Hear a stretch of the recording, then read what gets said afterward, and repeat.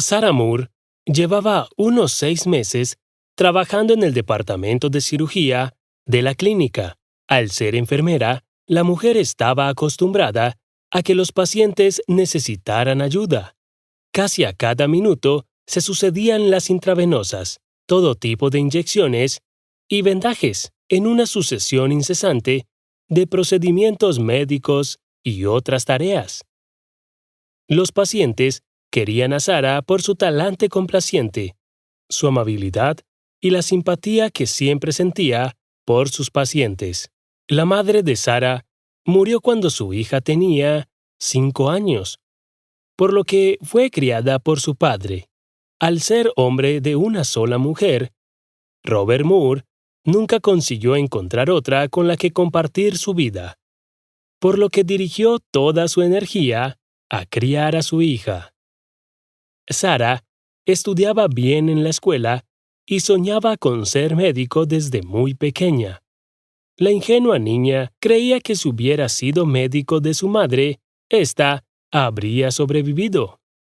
Sarah estudió anatomía y química, comprendiendo que necesitaría estas asignaturas para ser aceptada en la Facultad de Medicina.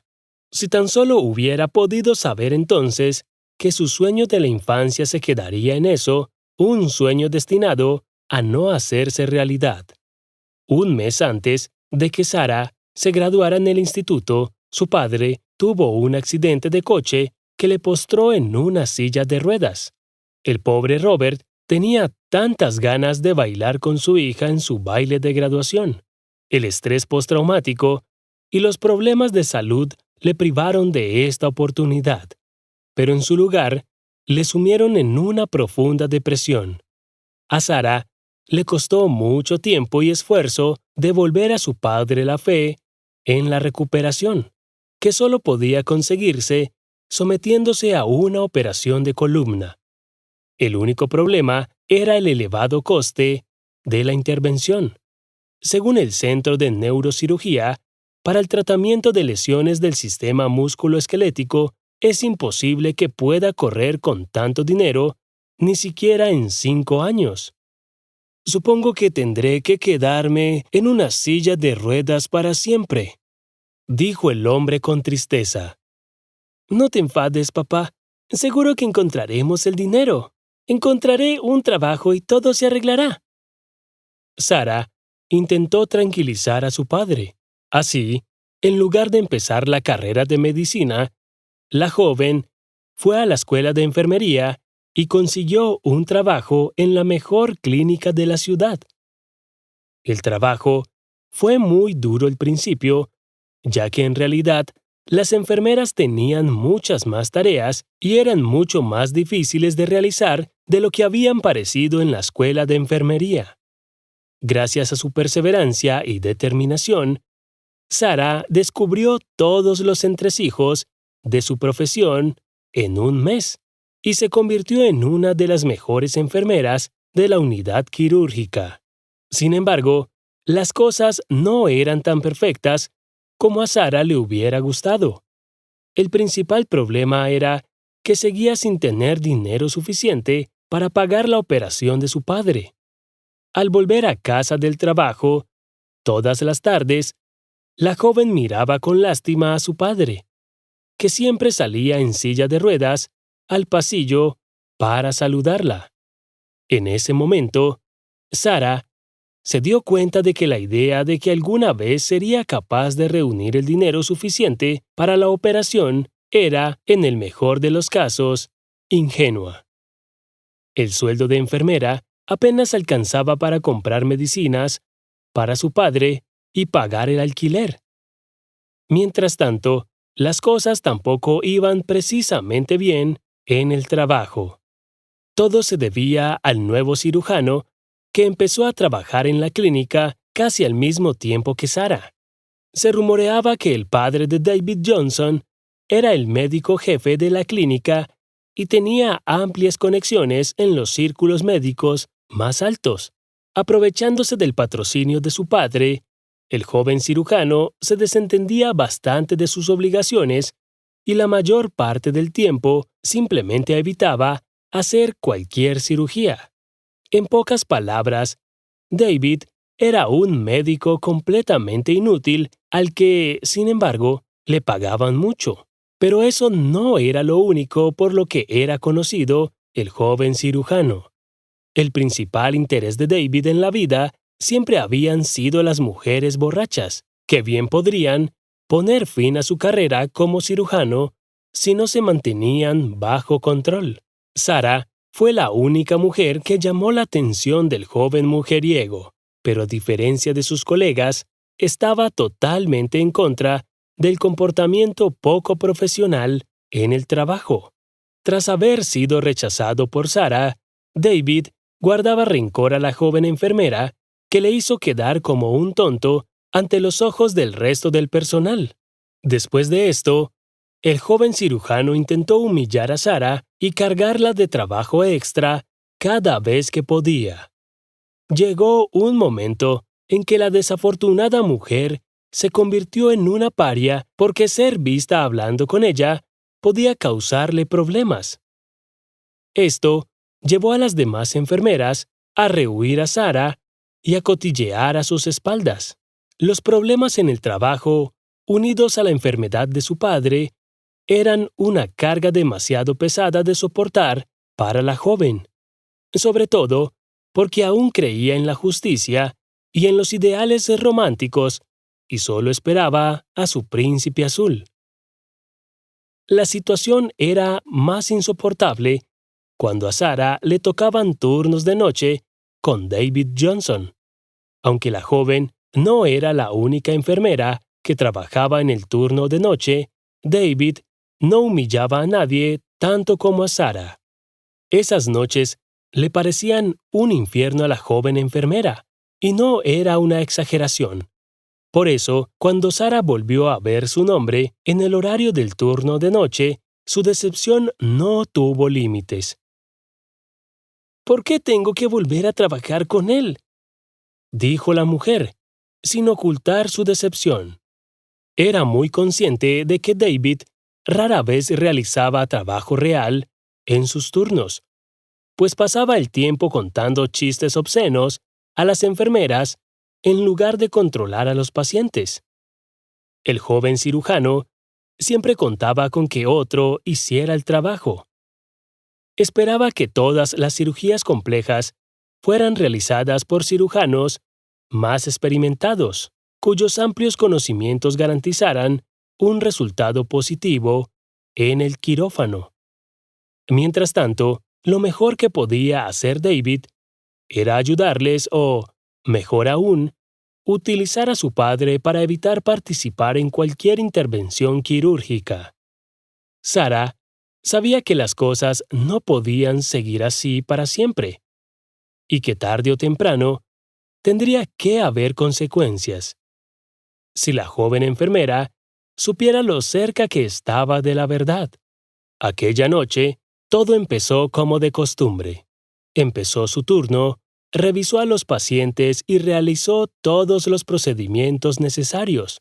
Mientras tanto, David estaba sentado en su despacho bebiendo un cóctel que se había preparado. Sabía que en ese momento no había ningún paciente en estado crítico en el departamento, así que no creía que tuviera nada de qué preocuparse.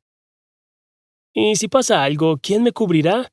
No sería la primera vez, pensó David, hojeando una revista. En ese mismo momento, oyó que alguien gritaba en la recepción. ¿Qué demonios es eso?, dijo David, frunciendo el ceño. Se levantó de la silla. Pero cuando el joven cirujano entró en la sala de espera, se quedó boquiabierto. Había dos desconocidos rodeados por las enfermeras, un anciano vestido con harapos y otro hombre al que el anciano parecía llevar de brazos. El joven se sujetaba el costado derecho con la mano y gemía. ¿Qué ocurre aquí? ¿Quiénes son estas personas?, preguntó David, sin ocultar su indignación. Señor, este hombre necesita ayuda urgente. Todos los síntomas apuntan a una apendicitis aguda. Necesita que lo operen enseguida, o podría desarrollar una peritonitis, y eso sería muy malo. Le explicó el vagabundo, asegurándose de que estaba siendo agradable y respetuoso. La indignación de David le dejó literalmente sin aliento. ¿Y cómo sabes todo eso? Tu trabajo consiste en pedir limosna y rebuscar en la basura. ¿Quién te crees que eres? ¿Y dónde los has encontrado? Preguntó David, una vez recuperado de su shock inicial. El vagabundo no pareció inmutarse en lo más mínimo e inmediatamente contestó al joven cirujano. Créame, sé de lo que hablo, señor. Empezó a sentirse mal justo en la calle, así que le traje aquí. Era el hospital más cercano de la zona. No hay tiempo que perder, señor. Pero David no quería oír nada al respecto.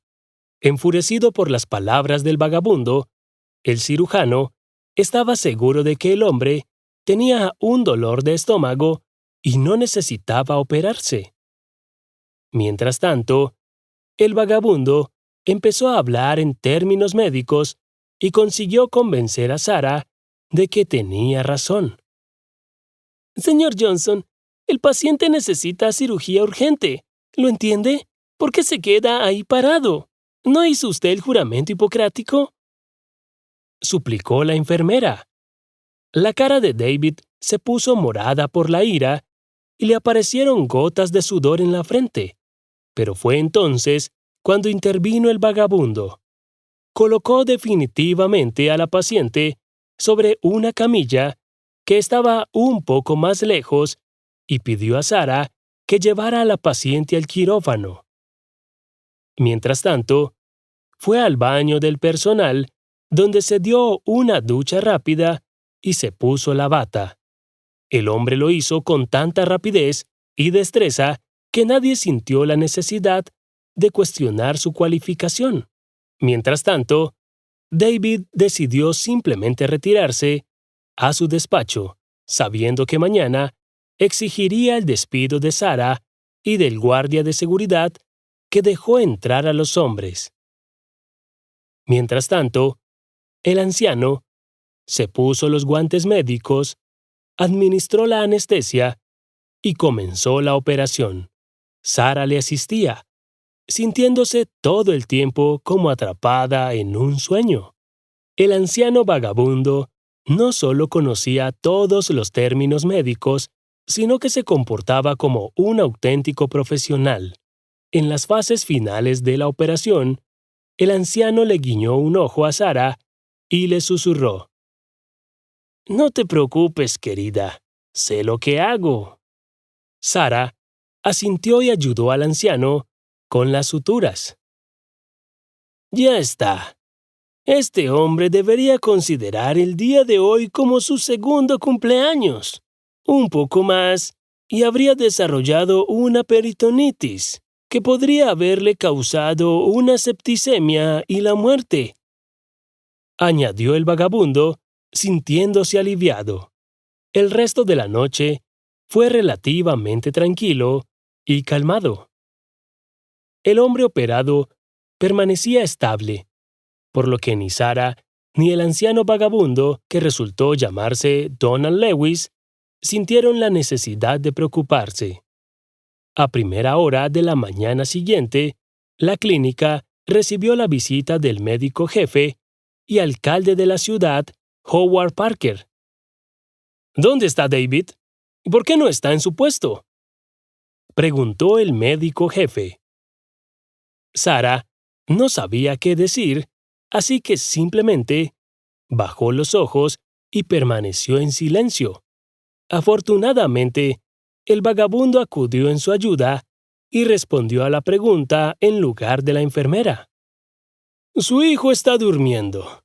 Debe de haberse cansado». «¿Y quién es este? ¿Y qué hace en mi clínica?», preguntó el jefe levantando la voz. El vagabundo ocultó su sonrisa en la comisura de los labios y miró al importante médico con sus ojos azules. Soy Donald Lewis, un cirujano con amplia experiencia, respondió el vagabundo.